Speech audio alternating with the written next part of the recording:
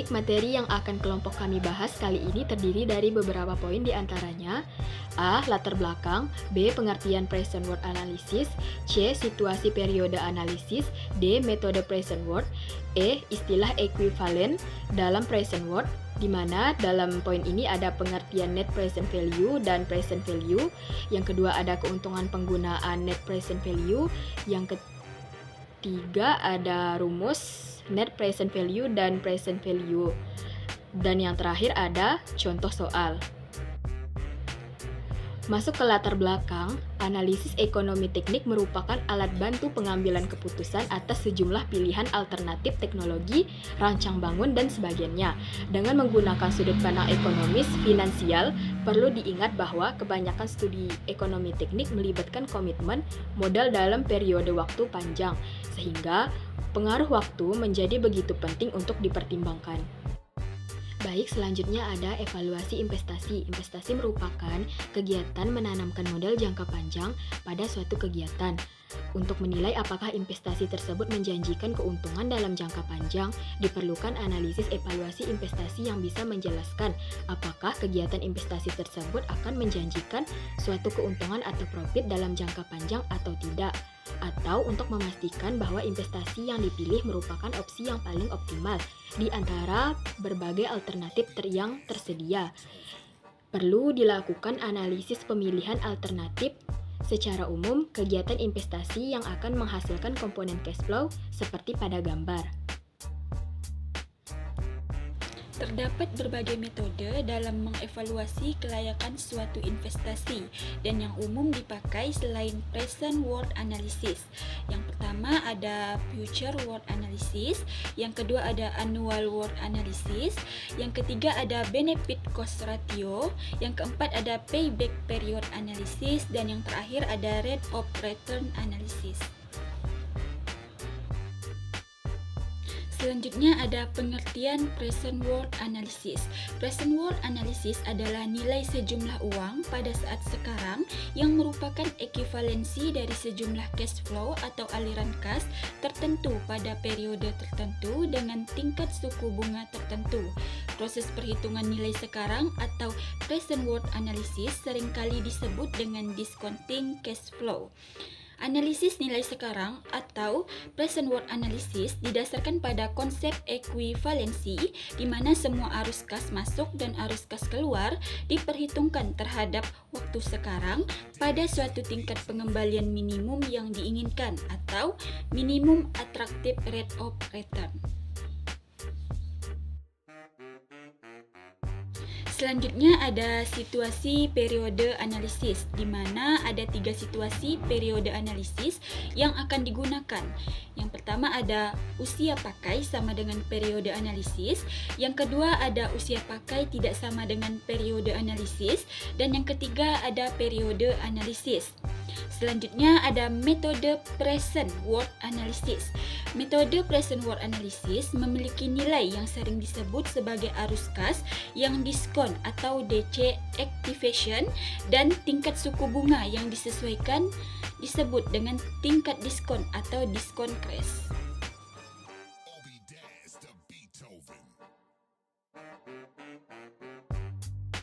Selanjutnya adalah istilah ekuivalen di dalam present worth. Istilah ekuivalen yang sering digunakan selain present worth atau nilai sekarang adalah NPV atau net present value dan PV atau present value. Untuk pengertian dari NPV sendiri adalah perbedaan nilai sekarang dari kas yang masuk dan nilai sekarang dari kas yang keluar pada suatu periode waktu. Untuk pengertian dari PV atau present value adalah suatu metode untuk menentukan nilai uang pada saat ini yang didasarkan pada hasil di periode yang akan datang. Selanjutnya yaitu keuntungan penggunaan NPV atau net present value. Yang pertama yaitu memperhatikan nilai waktu daripada uang atau time value of money.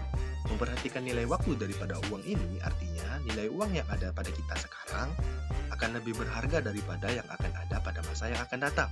Misalnya, uang yang akan kita terima dari hasil investasi pada akhir tahun ini nilainya akan jauh lebih rendah kalau kita terima pada akhir tahun depan.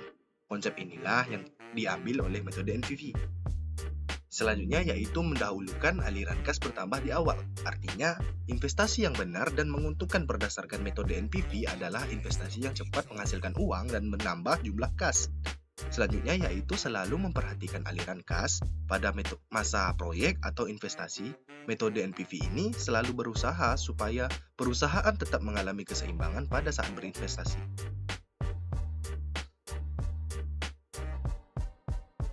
Baik, selanjutnya ada rumus dari NPV.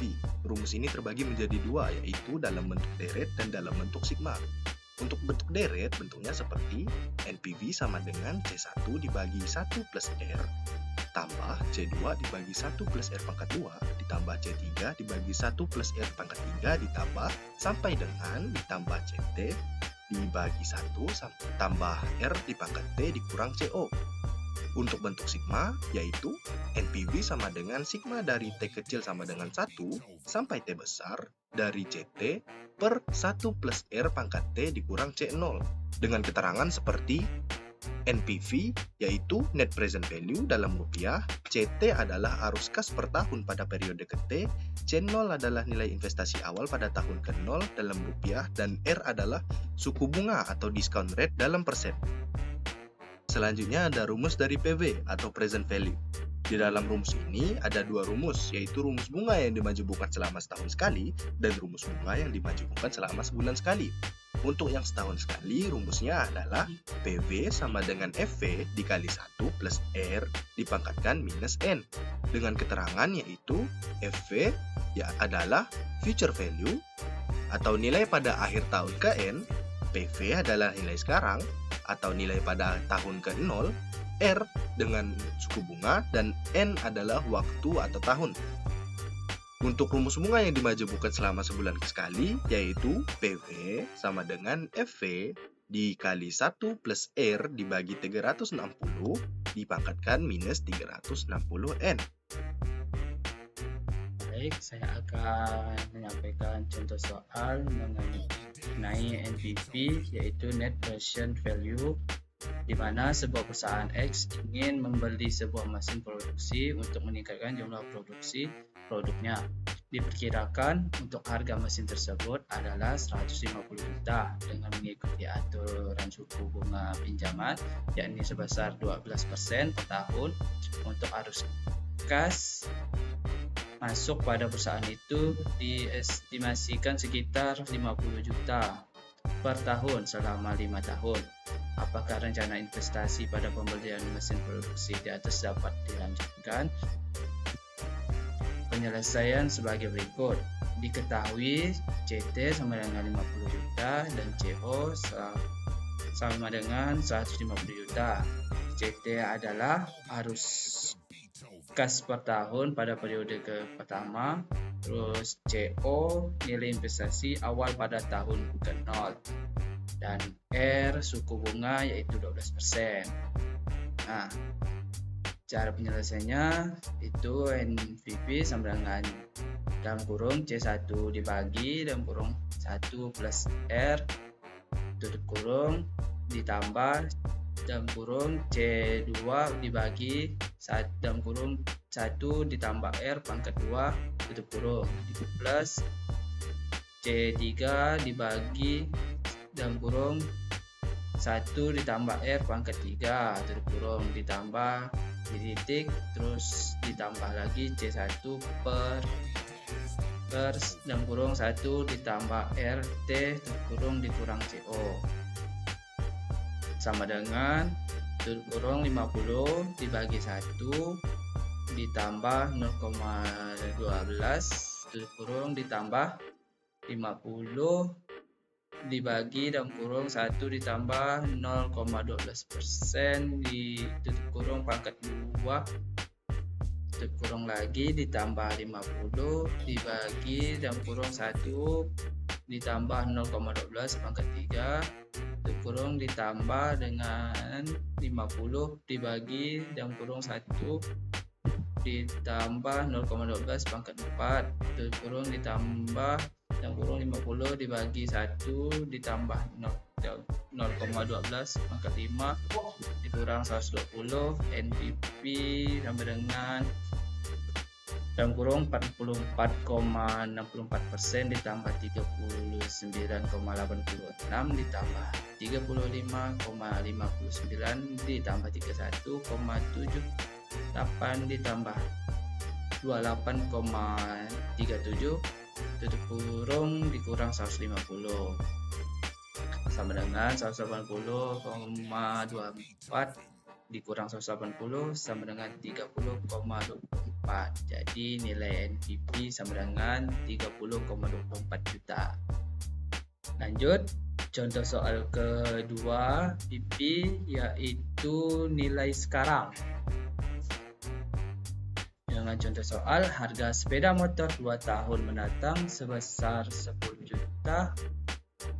Tingkat bunga rata-rata 12% setahun. Berapa yang harus ditabung Agung saat ini agar dapat membelinya 2 tahun mendatang dengan asumsi A. Bunga dimajemukkan setahun sekali, B. Bunga dimajemukkan sebulan sekali. Penyelesaian poin A diketahui VP sama dengan 10 juta, R sama dengan 12%, dan N sama dengan 2. Untuk penyelesaiannya VP sama dengan FP dalam kurung 1 ditambah R tutup kurung pangkat minus N.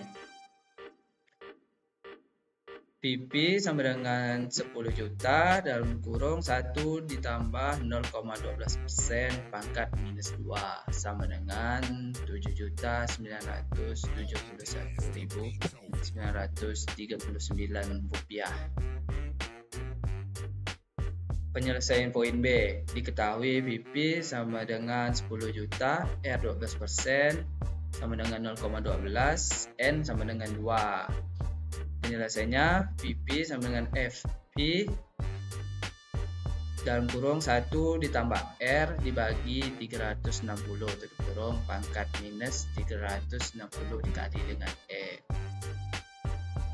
sama dengan 10 juta dalam kurung 1 ditambah 0,12 dibagi 360 pangkat minus 720 didapat dari 360 dikali 2 sama dengan 10 juta dalam kurung 1,000333 pangkat minus 720 sama dengan 10 juta dikali 0,7875661 sama dengan 7.875.661 rupiah.